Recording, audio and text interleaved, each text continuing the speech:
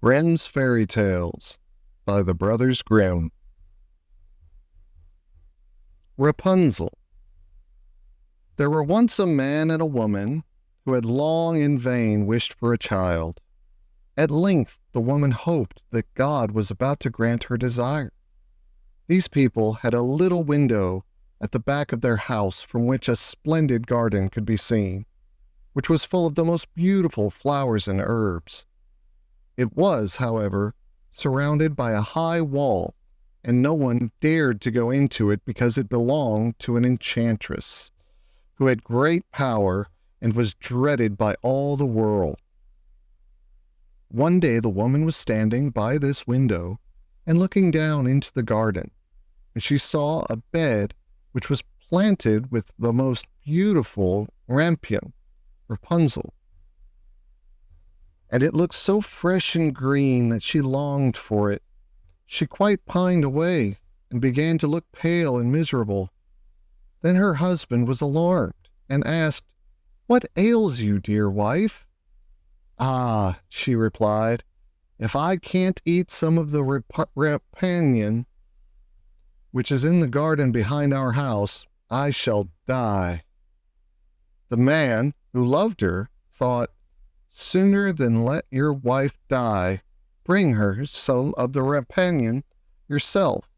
Let it cost what it will." At twilight, he clambered down over the wall into the garden of the enchantress, hastily clutched a handful of rampion, and took it to his wife. She at once made herself a salad of it, and ate it greedily. It tasted so good to her, so very good, that the next day she longed for it 3 times as much as before. If he was to have any rest, her husband must once more descend into the garden. In the gloom of evening, therefore, he let himself down again. But when he had clambered down the wall, he was terribly afraid, for he saw the enchantress standing before him. "How can you dare," said she with angry look, "descend into my garden and steal my rampion like a thief? You shall suffer for it." "Ah," answered he, "let mercy take the place of justice. I only made up my mind to do it out of a necessity. My wife saw your rampion from the window, and felt such a longing for it that she would have died if she had not got some to eat." Then the enchantress allowed her anger to be softened, and said to him, "If the case be as you say, I will allow you to take away with you as much rampion as you will. Only I make one condition. You must give me the child which your wife will bring into the world. It shall be well treated, and I will care for it like a mother." The man, in his terror, consented to everything. When the woman was brought to bed, the enchantress appeared at once, gave the child the name of Rapunzel, and took it away with her. Rapunzel grew into the most beautiful child under the sun. When she was 12 years old, the enchantress shut her into a tower, which lay in a forest, and had neither stairs nor door, but quite at the top was a little window. When the enchantress wanted to go in, she placed herself beneath it and cried, "Rapunzel, Rapunzel, let down your hair to me." Rapunzel had magnificent long hair, fine as spun gold, and when she heard the voice of the enchantress, she unfastened her braided tresses, wound them round one of the hooks of the window above, and then the hair fell 20 ells down, and the enchantress climbed up by it. After a year or two, it came to pass that the king's son rode through the forest and passed by the tower. Then he heard a song, which was so charming that he stood still and listened. This was Rapunzel, who in her solitude passed her time in letting her sweet voice resound. The king's son wanted to climb up to her, and looked for the door of the tower, but none was to be found. He rode home, but the singing had so deeply touched his heart that every day he went out into the forest and listened to it. Once when he was thus standing behind a tree, he saw that an enchantress came there, and he heard how she cried, "Rapunzel, Rapunzel, let down your hair to me." Then Rapunzel let down the braids of her hair, and the enchantress climbed up to her.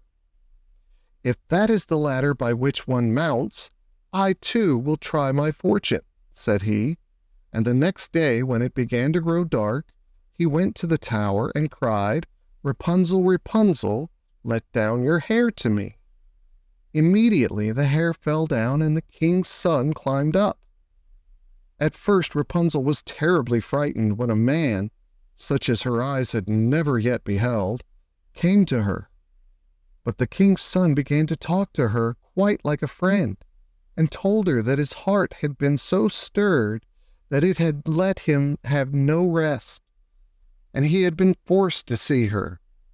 Then Rapunzel lost her fear, and when he asked her if she would take him for her husband, and she saw that he was young and handsome, she thought, "He will love me more than old Dame Gothel does." And she said yes, and laid her hand in his. She said, "I will willingly go away with you, but I do not know how to get down. Bring you a skein of silk every time that you come, and I will weave a ladder with it.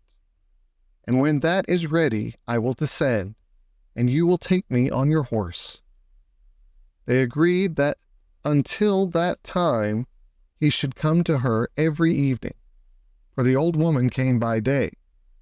The enchantress remarked nothing of this, until once Rapunzel said to her, "Tell me, Dame Gothel, how it happens that you are so much heavier for me to draw up than the young king's son. He is with me in a moment." "Ah, you wicked child!" cried the enchantress. "What do I hear you say?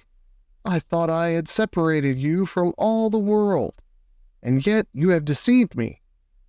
In her anger she clutched Rapunzel's beautiful tresses, wrapped them twice round her left hand, seized a pair of scissors with the right, and snip, snap, they were cut off, and the lovely braids lay on the ground.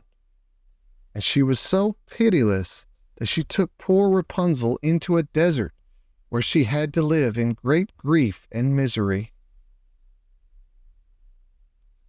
On the same day that she cast out Rapunzel, however, the enchantress fastened the braids of hair, which she had cut off, to the hook of the window, and when the king's son came and cried, "Rapunzel, Rapunzel, let down your hair to me," she let the hair down.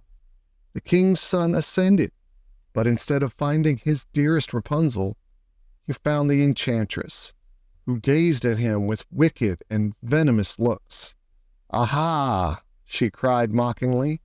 "You would fetch your dearest, but the beautiful bird sits no longer singing in the nest.